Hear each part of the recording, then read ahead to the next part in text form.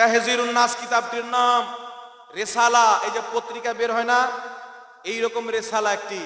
কিতাবটি কে লিখেছেন দেখেন, হুজ্জাতুল ইসলাম কাসিমুল উলুমে ওয়াল খায়রাত মাওলানা মুহাম্মদ কাসিম সাহাব কুদ্দাসা সিররাহুল আজিজ বানী দারুল উলুম দেওবন্দ। নাউজুবিল্লাহ বলেন। ওই যে দেওবন্দ মাদ্রাসার প্রতিষ্ঠাতা কাসিম নানতবী সাহেব, যাকে বলছে কাসিমুল উলুমে ওয়াল খায়রাত, ইলম বাঁটনেওয়ালা, খায়রাত বাঁটনেওয়ালা। আপনি বলেন নবী বাঁটনেওয়ালা শিরিক, আর ওর মৌলবি বাঁটনেওয়ালা ঈমান। তো কলমাটা কার পড়েছে, নবীর না মৌলবি? যারা নবীর কলমা পড়েছে নবীর গুণগান করবে, যারা মুন্সির কলমা পড়েছে মুন্সির গুণগান করবে। এই ভদ্রলোক এই কিতাবের 25 পৃষ্ঠার মধ্যে কি শিক্ষা দিয়েছেন দেওবন্দি জামাতকে, একটু ধ্যান দিয়ে শুনবেন। এই কিতাবের 25 পৃষ্ঠার মধ্যে লিখছেন, বিল ফরজ बल्कि अगर बिल फर्ज बादे जमाना नबी सल्लल्लाहु अलैहि वसल्लम कोई नबी पैदा हो तो फिर भी खातमियत मोहम्मद में कुछ फर्क ना आएगा। বলছে আমাদের নবীর পরে যদি নতুন নবী জন্ম নিয়ে নেয় তবু আমাদের নবীর শেষ নবী হওয়াতে কোনো অসুবিধা নাই। নাউজুবিল্লাহ বলবেন না?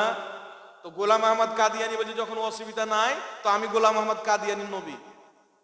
বুঝতে পারছেন? এই কাদিয়ানীকে কারা নবী দাবি করার হুকুম দিয়েছে, কারা রাস্তা খুলে দিয়েছে? গোলাম আহমদ কাদিয়ানী নবী দাবি করেছে, রাস্তা দেওবন্দ মাদ্রাসার প্রতিষ্ঠাতা কাসিম নানতবী করে দিয়েছে।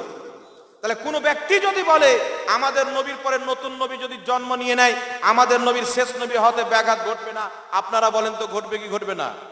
আমাদের নবী শেষ নবী থাকবে। আল্লাহ বলছেন খাতামুন নবিয়্যিন, আমার নবী শেষ নবী, আমার নবীর পরে কোনো নবী আসবে না। আমার নবী বলছেন লা নবিয়্যা বাদি, আমার পরে কোনো নবী জন্ম নিবে না। এই গাধা বলছে জন্ম নিলে তফাৎ ঘটবে না। আরে কেন ঘটবে না? নবীর পরে যদি নতুন নবী জন্ম নেয় নবীর কথা মিথ্যা হয়ে যাবে, আল্লাহর কালাম মিথ্যা হয়ে যাবে। শুনো না, আল্লাহর কালাম মিথ্যা হতে পারে না, মুহাম্মদ রাসূলুল্লাহর বাণী মিথ্যা হতে পারে। তোমার মতন কাজ্জাব মিথ্যুক, তোমার মতন কাজ্জাব হচ্ছে বেঈমান। একটা লিখলো, শুধু একটা না আরো কত গুস্তাখি করছে দেখেন। তারপরে সাফা নাম্বার 5 নাম্বার পৃষ্ঠার মধ্যে লিখছে কি দেখেন, আম্বিয়া আপনি উম্মত সে মুমতাজ হতে হে তো উলুম হি মে মুমতাজ হতে হে। নবীগণ নিজের উম্মত চাইতে সম্মানিত হয় তো জ্ঞানের কারণে, বিদ্যার কারণে, ইলমের কারণে। বাকি রাহা আমল, বাকি থাকলো আমলের কথা, तो इसमें बसा औकात बाज़ाहिर उम्मती मसावी हो जाते हैं बल्कि बढ़ भी जाते हैं। बाकी থাকলো আমলের কথা, তো আমল করে উম্মতি নবীগণের সমতুল্য হয়ে যায়, বরং নবীর চাইতে আগেও বেড়ে যায়। নাউজুবিল্লাহ। এটা কোন মুসলমানের আকীদা হতে পারে? মুসলমানের আকীদা হতে পারে? একটা আকীদা হলো চলে আসেন শুধু রাসূলুল্লাহ সাল্লাল্লাহু আলাইহি সাল্লামের না। এই দেখেন কিতাব ফতোয়া রশিদিয়া ছাপা হয়েছে কোথায় থেকে? কুতুবখানা রাহমানিয়া দেওবন্দ, তারা নিজে ছেপেছেন। ইনির নাম হচ্ছে রশিদ আহমদ গাঙ্গোহী, তবলিগি জামাতের প্রতিষ্ঠাতা, ইলিয়াস কান্দওয়ালি সাহেবের পীর ও মুর্শিদ, দেওবন্দি জামাতের প্রতিষ্ঠাতা। ইনি এই কিতাবের মধ্যে কি লিখতেছেন দেখেন। এই কিতাবের পৃষ্ঠা নাম্বার 92 এর মধ্যে ইনি ফতোয়া দিচ্ছেন যে নবী আল্লাহ তাবারাক ওয়া তাআলার ব্যাপারে কি গুস্তাখি করছে দেখেন। এই কিতাবের মধ্যে লিখছে पर साबित हुआ कि किस दाखिले তাহতে কুদরতে বারি তাআলা জাল্লা ওয়া আলা হে। বুঝে প্রমাণ হলো যে মিথ্যা কথা আল্লাহর কুদরতের মধ্যে পড়ে, আল্লাহ মিথ্যা বলতে পারে। আর কেন বলতে পারবে না? ওয়া হুয়া আলা কুল্লি শাইইন কাদির, আল্লাহ প্রত্যেক জিনিস করতে পারে তো মিথ্যাও বলতে পারে। এই বলেন মিথ্যা বলতে পারে? এই আয়াতের ব্যাখ্যা আকীদার ইমামগণ করেছেন। এর অর্থ হচ্ছে প্রত্যেক সম্ভব জিনিস আল্লাহ করতে পারে, মিথ্যা আল্লাহ বলতে পারে না, চুরি আল্লাহ করতে পারে না। প্রত্যেক নাপাক নিকৃষ্ট কাজ থেকে আমার আল্লাহ পাক। সুবহানাল্লাহ বলেন। আল্লাহর একটা নাম সাদিক আছে না? চূড়ান্ত সাদিক হচ্ছে আল্লাহ। আল্লাহর চাইতে বড় সত্যবাদী কেউ নাই। কিন্তু এই জগৎবাসীকে শিক্ষা কি দিচ্ছে? আল্লাহ মিথ্যা বলতে পারে। তাই তাফসিরে রাজির মধ্যে লেখা আছে, তাফসিরে মাতুরিদির মধ্যে লেখা আছে, আকিদাতুত তাহাবি সহ অনেক কিতাবের মধ্যে স্পষ্ট আকীদার ইমামগণ ফতোয়া দিয়েছেন, যেই ব্যক্তি বলবে আল্লাহ মিথ্যা বলতে পারে ওই ব্যক্তি মুসলমান না, সঙ্গে সঙ্গে ওই ব্যক্তি বেঈমান হয়ে যাবে। দেখেন আল্লাহর গুস্তাখি করলো। এইবার চলে আসেন আর একটা ভদ্রলোক, আপনারাও হয়তো নাম শুনে হবেন। এই দেখেন চটি কিতাব লিখে আমার নবীর ব্যাপারে কত বড় কথা লিখেছেন। আশরাফ আলী থানভী, নাম শুনেছেন? আশরাফ আলী থানভী, কিতাবটি ছাপা হয়েছে কুতুবখানা আশরাফিয়া রশিদ কোম্পানি দেওবান্দ। দেওবান্দ থেকে এই কিতাব ছাপা হয়েছে। এই কিতাবের পৃষ্ঠা নাম্বার 8, আশরাফ আলী থানভী পৃষ্ঠা নাম্বার 8 এর মধ্যে কি লিখছেন দেখেন। লিখছেন, अगर बाज़ इल्म गैबिया मुराद है तो इसमें हुजूर ही की क्या तखसीस, ऐसा इल्म गैब तो ज़ैद व अमर व बल्कि हर सभी व मजनून बल्कि जमीय हैवानात व बाहिम के लिए भी हासिल है। इन्हीं বলছেন যদি নবী কিছু ইলমে গায়েব জানে তাতে নবী পাকের কি বিশেষত্ব। আর এই রকম ইলমে গায়েব যেই রকম নবী জানে, প্রত্যেক বাচ্চাও জানে, প্রত্যেক পাগলও জানে, প্রত্যেক জানোয়ারও জানে। বলেন নাউজুবিল্লাহ। তো নবীর জ্ঞানকে যে জানোয়ারের সাথে তুলনা দেবে মুসলমান না কাফির? নবীর জ্ঞানকে যে পাগলের সঙ্গে তুলনা দেবে মুসলমান থাকবে? শুধু একটা না, আর কয়েকটা দেখিয়ে দিচ্ছি শুনেন। একটা শুধু না বিরাদর ইসলাম। তারপরে চলে আসেন, এই দেখেন কিতাব, কিতাবটির নাম হচ্ছে বারাহিনে কাতিয়া। এই কিতাবের লেখকের নাম হচ্ছে রশিদ আহমদ গাঙ্গোহীর অনুমতিতে কিতাবটি লিখেছিল খলিল আহমদ আম্বেঠি। দেওবন্দীদের মাথার তাজ, যারা নবীর কথাকে বাদ দিতে পারে, এদের কথাকে যারা বাদ দেয় না। এই কিতাবের পৃষ্ঠা নাম্বার 122 এর মধ্যে কি লিখতেছেন দেখেন। 122 নাম্বার পৃষ্ঠার মধ্যে লিখতেছে নবী পাক সাল্লাল্লাহু আলাইহি ওয়াসাল্লামের ইলমের ব্যাপারে কি লিখছে দেখেন। লিখছেন, আল হাসিল गौर करना चाहिए कि शैतान और मलकुल मौत का हाल देखकर इल्म मुहित जमीन का फख्र आलम को खिलाफ नुसूस कतिया के बिला दलील महज कयास फासिदा से साबित करना शिरक नहीं तो कौन सा ईमान का हिस्सा है। शैतान व मलकुल मौत को ये उसवत नस से साबित हुई, फख्र आलम की उसवत इल्म की कौन सी नस से कती है जिससे तमाम नुसूस को रद्द करके एक शिरक साबित करता है। ये बोलছে শয়তান আর মালকুল মউতের ইলম যে বেশি, এটা কুরআন এবং হাদিসের অকাট্য দলিল থেকে প্রমাণিত, কিন্তু নবীর ইলম যে বেশি এর কোনো দলিল নাই। কেউ যদি নবীর ইলমকে বেশি প্রমাণ করতে চায়, ওই ব্যক্তি শিরক করলো। আর শয়তানের ইলমকে কেউ যদি বেশি মানে, ওই ব্যক্তি ঈমানদার হলো। বলে নাউজুবিল্লাহ। তো শয়তানের জ্ঞানকে বেশি মানলে শিরক হলো না। নবীর জ্ঞানকে যদি শয়তানের জ্ঞান চাইতে বেশি মানেন, তো আপনি মুশরিক হয়ে যাবেন। এর শিরকের ফতোয়াতে লাত মারা দরকার আছে না নাই? কথা বলেন, দরকার আছে না নাই? এই আকীদা জানতে হবে।